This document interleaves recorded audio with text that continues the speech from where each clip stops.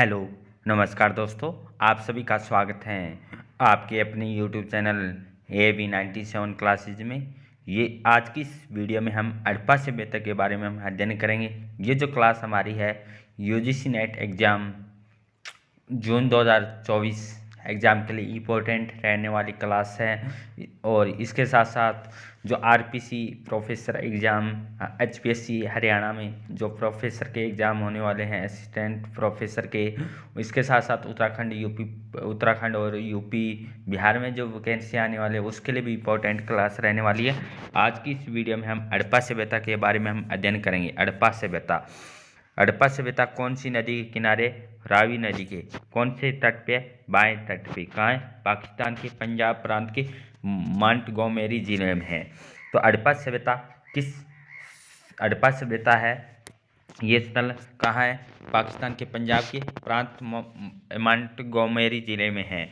कौन सी? रावी नदी के बाएं तट पे। इसकी खोज किसके द्वारा की गई थी? 1921 में दयाराम साहनी के द्वारा खोज की गई है। बात करें उत्खनन, खोजकर्ता और उत्खननकर्ता सब अलग है। खोजकर्ता कौन थे? 1921 में दयाराम साहनी। उत्खनन कौन के द्वारा किया गया था? जॉन मार्शल के नेतृत्व में दयाराम साहनी ने 1923-24 में उत्खनन किया था। खोजकर्ता 1923-21 में दयाराम साहनी, फिर द्वारा 1923-24 में जो उत्खनन किया गया है वो किया गया दयाराम साहनी के द्वारा। किसके नेतृत्व में? जॉन मार्शल के नेतृत्व में। हड़प्पा सभ्यता रावी नदी के किनारे पाकिस्तान के मोंटगोमेरी जिले में था।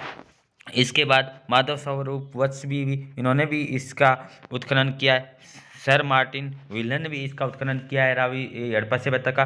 सबसे पहले हड़प्पा सभ्यता का जो उत्खनन किया है दयाराम साहनी के द्वारा 1921 में खोज की, 1923-24 में उत्खनन किया जॉन मार्शल के नेतृत्व में। फिर जो माधव स्वरूप है, इसके बाद मार्टिन विल्सन ने भी उत्खनन किया है हड़प्पा सभ्यता का। विशेषता क्या है हड़प्पा सभ्यता की? जरूर क्वेश्चन बनता है विशेषता से या स्थल से कोई कुछ ऐसा जो फेमस जगह है इसका हमारा यहाँ से यूजीसी नेट में परीक्षा में क्वेश्चन बनने की उम्मीद है। तो क्या है? प्रशासनिक नगर क्या था? नगर की सबसे बढ़िया विशेषता ये थी कि हड़प्पा सभ्यता की सबसे पहले सुरक्षा किलाबंदी की व्यापक व्यवस्था भी की गई थी, जैसे कालीबंगा में थी। हड़प्पा में उत्तर और पश्चिम दिशाओं में उत्तर और पश्चिम दिशाओं में प्रवेश और निर्गम हेतु 2 दरवाजे भी थे। हड़प्पा में उत्तर और पश्चिम में जो है प्रवेश करने के लिए 2 दरवाजे थे। हड़प्पा के सभी घरों में शौच स्थानों के अवशेष भी थे, शौचालय भी थे और स्थान के अवशेष भी थे, अवशेष है वो मिले हैं हड़प्पा सभ्यता से। हड़प्पा सभ्यता जेम्स किन्योर और मिंडो ने भी अभी हाल ही में हड़प्पा का नया उत्खनन किया है। हड़प्पा का नया उत्खनन किसके द्वारा किया? JM किन्योर और मिंडो ने। हड़प्पा की जो तिथि है 3300 ईसा पूर्व निर्धारित हुई है। तो हड़प्पा सभ्यता में हड़प्पा सभ्यता के बारे में हमने पढ़ा। रावी नदी के किनारे हैं और इसकी खोजकर्ता 1923 में दयाराम साहनी है। खोज 1921 में, उत्खनन 1923 में, फिर माधव स्वरूप आए, सर मार्टिन व्हीलर आई। प्रशासनिक नगर था। उपनाम हड़प्पा को किस नाम से जाना जाता है? उपनाम से जरूर क्वेश्चन बन सकते हैं हमारे इस परीक्षा में। हड़प्पा को तोरण द्वार का नगर भी कहा जाता है। तोरण द्वार का नगर किसे कहा जाता है? हड़प्पा को कहा जाता है। सिंधु सभ्यता है या सिंधु सभ्यता का अर्ध औद्योगिक नगर भी कहा जाता है। अर्ध औद्योगिक नगर हड़प्पा को, तोरण का नगर हड़प्पा को। पिगट ने हड़प्पा या मोहनजोदड़ो की सिंधु सभ्यता की जुड़वा बहन राजधानी बताया है। जुड़वा राजधानी मोहनजोदड़ो और हड़प्पा को सिंधु सभ्यता की जुड़वा राजधानी बताया। सिंधु सभ्यता की जो जुड़वा राजधानी है हड़प्पा और मोहनजोदड़ो को किसने? जो पिगट ने बताया है। हड़प्पा से संबंधित महत्वपूर्ण साक्ष्य क्या है? हड़प्पा से संबंधित महत्वपूर्ण साक्ष्य है 1826 में सर्वप्रथम हड़प्पा टीले का उल्लेख किसके द्वारा किया था? हड़प्पा जो टीले का उल्लेख आता है, क्वेश्चन बनता है हड़प्पा टीले का उल्लेख। खोज और उत्खनन अलग अलग। टीले का जो उल्लेख किया गया 1826 में सबसे पहले चार्ल्स मेसन ने किया था। हड़प्पा टीले का उल्लेख 1826 में होता है और हड़प्पा शहर की खोज कब होती है? 1921 में होती है। किसके द्वारा? दयाराम साहनी के द्वारा। और इस हड़प्पा सभ्यता में जो उत्खनन होता है वो 1923 में होता है, ध्यान रखना, 1923 में सर जॉन मार्शल के नेतृत्व में। और टीले का उल्लेख 1826 में चार्ल्स मैनसन ने किया है। ये टीला मिला जिसे मार्टिन व्हीलर ने माउंट एबी कहा है। इस टीले को व्हीलर ने क्या कहा है? माउंट एबी कहा है। क्वेश्चन है, इंपॉर्टेंट है। एक टीला मिलता है किसके द्वारा? चार्ल्स मैसन ने। इसी चार्ल्स मैसन ने जो टीले का उल्लेख किया, हड़प्पा टीले का, जिसमें व्हीलर इसको माउंट एबी कहते हैं। हड़प्पा रावी नदी के किनारे है।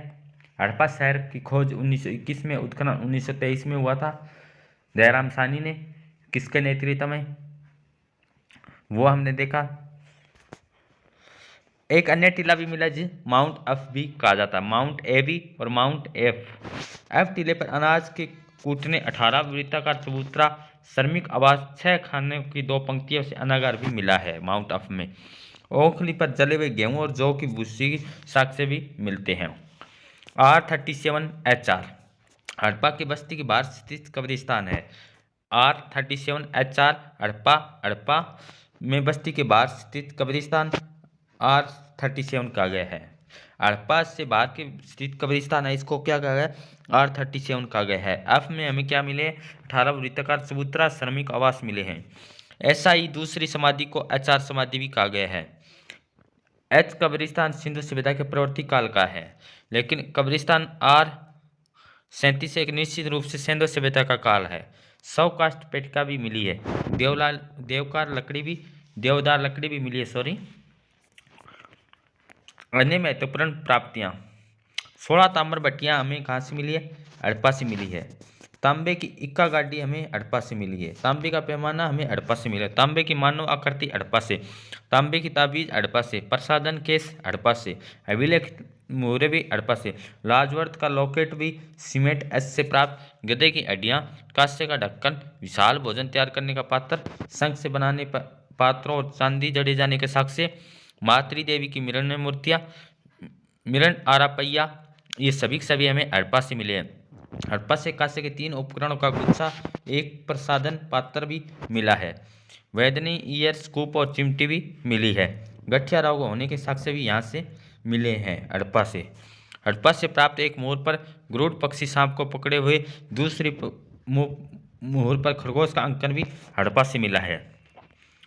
फसली साक्ष्य में गेहूं और जौ, तिल, तरबूज, मटर, चावल और बाजरे के साक्ष्य हमें हड़प्पा से मिले। हड़प्पा एवं मोहनजोदड़ो के बीच की दूरी कितनी? 640 किलोमीटर है।